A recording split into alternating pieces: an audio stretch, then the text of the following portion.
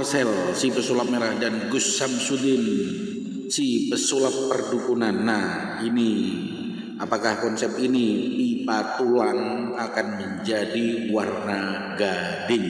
Karena banyak teman-teman di vlog channel YouTube Makrifat Bisnis, di Facebook, di IG, di TikTok banyak tanya bagaimana caranya merubah warna ini. Nah, ini bukan ilmunya pesulap merah, ini juga bukan ilmunya Gus Samsudin si pesulap dukun. Nah, kita lihat ini ilmu asli dari sulapan tim kreatif Makrifat Bisnis khususnya, dan juga tim-tim para pengrajin handicraft yang ada di Desa Tutul. Nah, bagaimana caranya merubah warna ini? Karena banyak sekali pertanyaan-pertanyaan dari teman-teman semua, ini akan dikupas rahasianya. Ada 5 cara, tapi hari ini dikupas satu dulu. Bagaimana cara merubah hanya dengan magic koran bekas.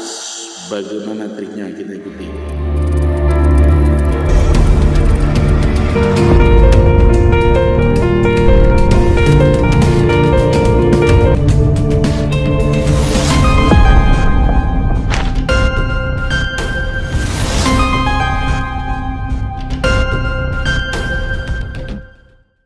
Assalamualaikum warahmatullahi wabarakatuh, sahabat channel vlog Makrifat Bisnis. Nah, saya Imron pribadi, kita jumpa kembali bahwa akan saya buka bagaimana trik caranya mewarnai pipa tulang sapi atau tulang rusa atau tulang duyung atau tulang apa saja, itu bisa dijadikan warna gading. Bahkan di pasaran banyak sekali loh gading-gading gajah itu palsu, sebenarnya asli bahannya, tapi apa, dari tulang sapi, tulang iga duyung.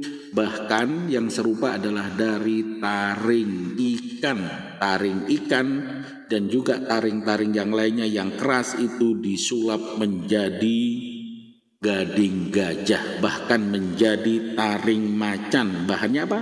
Bahannya dari taring-taring beruang dan lain-lain, itu dengan konsep pembakaran secara alami hanya menggunakan bahan trik koran. Ada 5 trik sulapan handicraft yang dilakukan secara turun-temurun bertahun-tahun oleh tim kreatif yang ada di Makrifat Bisnis, bahkan di pengrajin Desa Tutul yang jumlahnya ribuan. Trik-trik banyak sekali digunakan, ya mirip-mirip teknik sulap, tapi ini untuk tim kreativitas di bidang handicraft itu menggunakan kreativitas yang sifatnya itu benda-benda alam yang tidak ada gunanya. Nah, teknik pewarnaan kali ini salah satunya menggunakan koran bekas. Jadi saya ambil koran bekasnya, jangan lupa dibungkus dikasih rongga. Rongganya itu untuk apa? Rongganya untuk menyimpan udara nantinya ketika dibakar. Jadi ini dilipat seperti ini. Nah, ini koran bekasnya. Jangan lupa ya, jangan koran yang sifatnya itu kain putih, tapi harus koran majalah itu loh. Koran majalah yang buram, yang agak kasar. Karena apa? Itu menghasilkan pori-pori yang banyak dan nanti mengeluarkan asap. Sifatnya mengeluarkan asap. Nah, ini digulung pelan-pelan seperti ini. Nah, itu digulung. Nah, pelan-pelan ya. Setelah digulung itu harus ada rongganya, Nah, setelah ada rongga begini, ini tinggal kita membakar. Tapi ini bisa dilakukan massal dalam jumlah besar, 100 sekaligus bisa ditumpuk dengan koran sedemikian rupa ya tekniknya. Tapi dalam skala massal nantinya itu pasti ada yang terbakar lebih parah, maka harus teliti. Bisa langsung 100 atau 1000 itu bisa dibakar dengan koran. Tapi ini saya coba teknik satu. Nah, ini saya bakar di koran. Nah, dibakar, hati-hati bakarnya harus rata. Kalau tidak rata nanti ini bisa terjadi belang, warnanya hitam, atau tidak rata warnanya ketika dilakukan proses pembakaran seperti ini.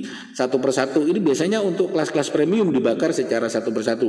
Tetapi untuk massal itu dibakarnya pelan-pelan. Oh, langsung serentak ya. Saya pernah bakar itu 1000. Bahkan 1000 lebih itu saya bakar satu timba besar dengan ditata dengan koran dengan ditumpuk yang bagus. Tapi tekniknya hampir sama dengan begini. Bagaimana di antara pipa rokok tadi itu ada rongga-rongga udara. Nah, di antara rongga-rongga udara itu jangan sampai ada api.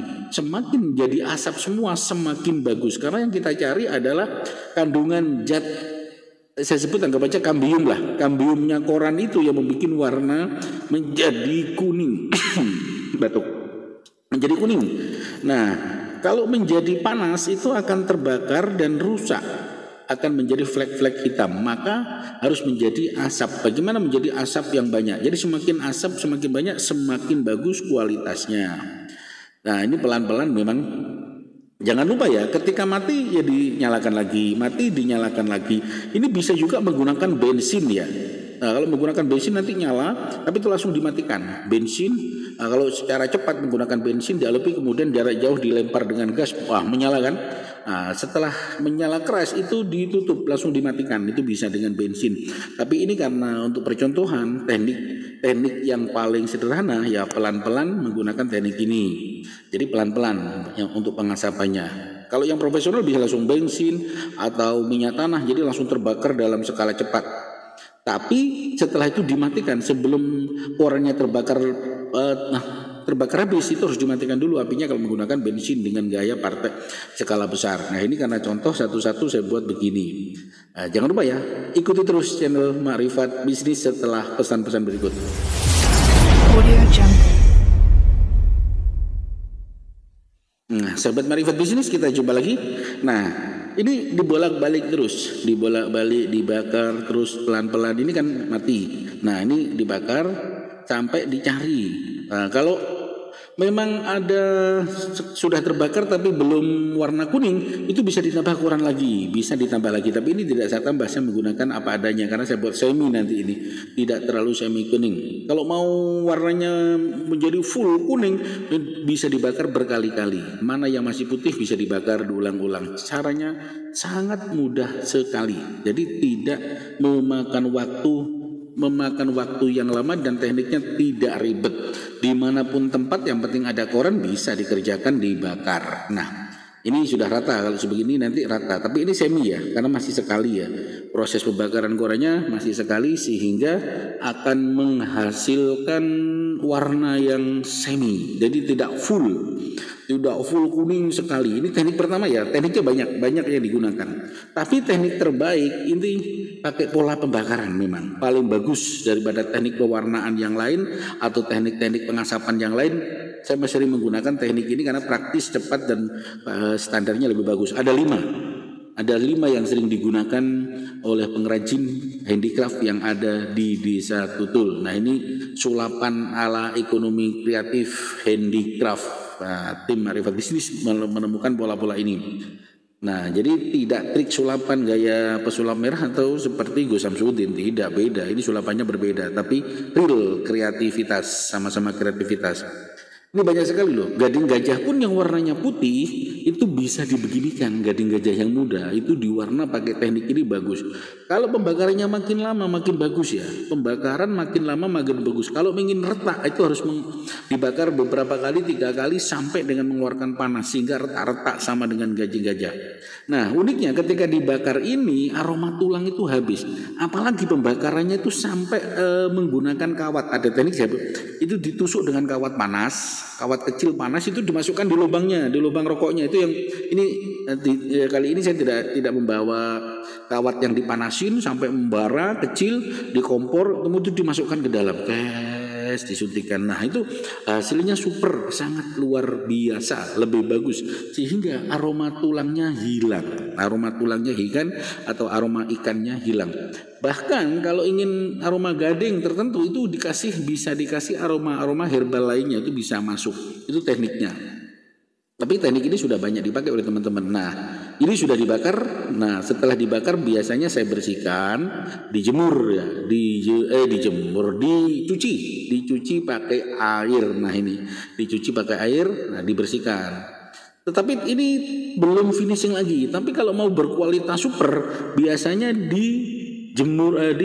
dikeringkan. Setelah kering itu dibersihkan, ditetesi lem Elteco. Jangan lupa dikilapin kayak kaca seakan-akan itu kuningnya alami dan tidak luntur.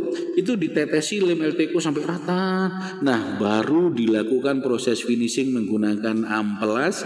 Itu bisa 320, 400, 600, 400 atau 600 sampai ke 1000 bahkan ke 2000. Maka hasilnya akan benar-benar super berkualitas, akan menghasilkan warna gading terbaik. Terima kasih. Tip pertama dari Marifat Bisnis.